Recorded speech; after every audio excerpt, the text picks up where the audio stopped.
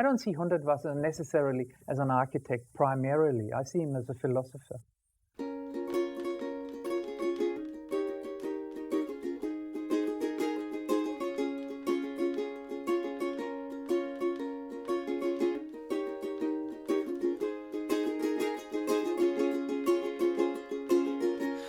If I was young, I'd flee this town. I've buried my dreams underground, as did I. We drink to die, we drink tonight. Far from home, elephant guns was dead. So we used to see a lot of him. He'd just pop in for tea. He'd just sort of come at the door. I come to watch the news. He invited me to come to his place. He said he lives in a pigsty. You know, he was a typical artist, eccentric artist, and I had been an artist myself. I understand how some people can perceive us to be eccentric. When I paint a painting, I always think, how would it stand, the comparison with a tree, with a plant, and so. That's why I always put paintings into nature to see if they can stand the comparison. If they are just as good as a tree, then I'm happy. You see, this is the nature is my teacher, is my master.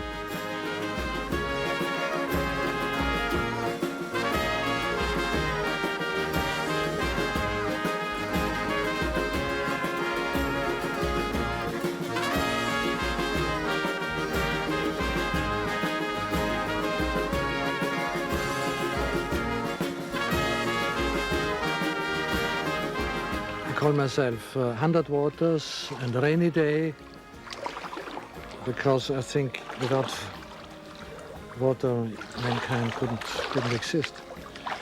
Hundertwasser felt very strong about the toilet because for him to build a toilet finally in Kava was the ultimate. I laughed when he mentioned the fact that he wanted to build a toilet. I said, this is crazy, and he said, no. I built churches, I built all sorts of wonderful buildings, but a toilet is the most sacred, because we shit and give it back to nature, and that's so important and so sacred. For me, his concept of bringing it back in a humble way is very powerful.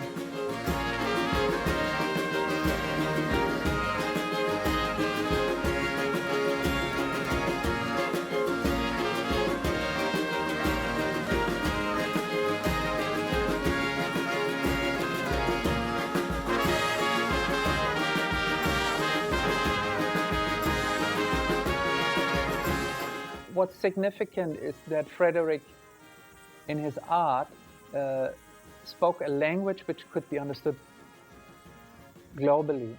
The spiral is the symbol of creation and beginning life. It is a symbol of death too, because, but let's say it is creation. And I painted the spiral long before I came to New Zealand. So I was a New Zealander long before I came here. When I arrived here, I saw the spiral everywhere, in advertising, on Maori tattoos, in everyday life. Yeah, that was one of the proudest days of his life when he became this New Zealand citizen. Yeah, he was really thrilled with that.